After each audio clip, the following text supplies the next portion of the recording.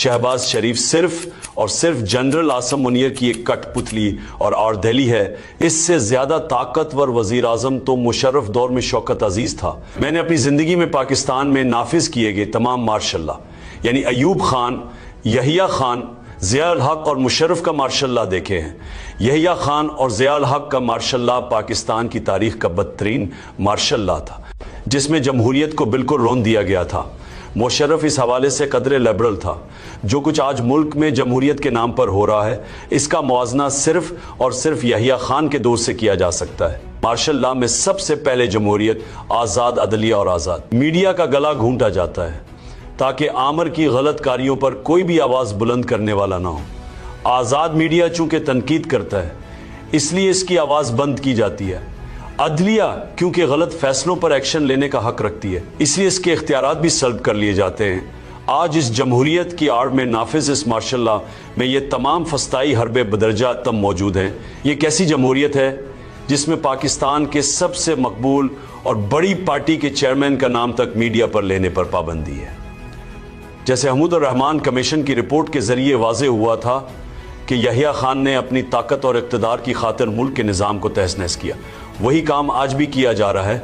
Farm 47 की bogus और fraud हुकूमत को बचाने के लिए तहरीक इंसाफ को मुसलसल कोचला जा रहा है और मुल्क में जमहूरियत, कानून की हुक्मरानी और अदलिया की आज़ादी का जनाजा निकाल दिया गया है। शहबाज शरीफ सिर्फ और सिर्फ जनरल आसम मुनीर की एक कठपुतली और दहली है। इससे ज़्यादा ताकतवर वजीर आजम तो मुशर्रफ दौर में शौकत अजीज था, क्योंकि कम अज़ कम तब इंतखाबात में इस सतह की धांधली नहीं की गई थी जैसी फरवरी 2024 में की गई। धांधली की पैदावार फार्म 47 के सहारे खड़ा नाजायज, लेकिन नातवां तोड़ा दरअसल हुकूमत के नाम पर एक ढबा है। अलकादिर ट्रस्ट का फैसला सिर्फ और सिर्फ पिछले केसेस की तरह मेरे ऊपर दबाव डालने के लिए लटकाया जा रहा है, मगर मैं मुतालबा करता हूं कि यह फैसला फौरी तौर पर जारी किया जाए, क्योंकि जैसे पहले इद्दत केस और साइफर केस में आपका मुंह काला हुआ, अब भी वही होगा। अलकादिर केस बिल्कुल एक बोगस केस है जिसमें दूर दूर तक कोई मेरिट नहीं। मैंने कोई बिलावल हाउस नहीं बनवाया, बल्कि एक दूर दराज देहात में कौम के बच्चों के मुस्तकबिल की खातिर एक फलाही इदारा कायम किया, जिससे मुझे एक रुपए का फ़ायदा नहीं हुआ और ना होना है। अलकादिर ट्रस्ट यूनिवर्सिटी भी शौकत खानम और नमल यूनिवर्सिटी की तरह एक अवामी मदद से चलने वाला फलाही इदारा है।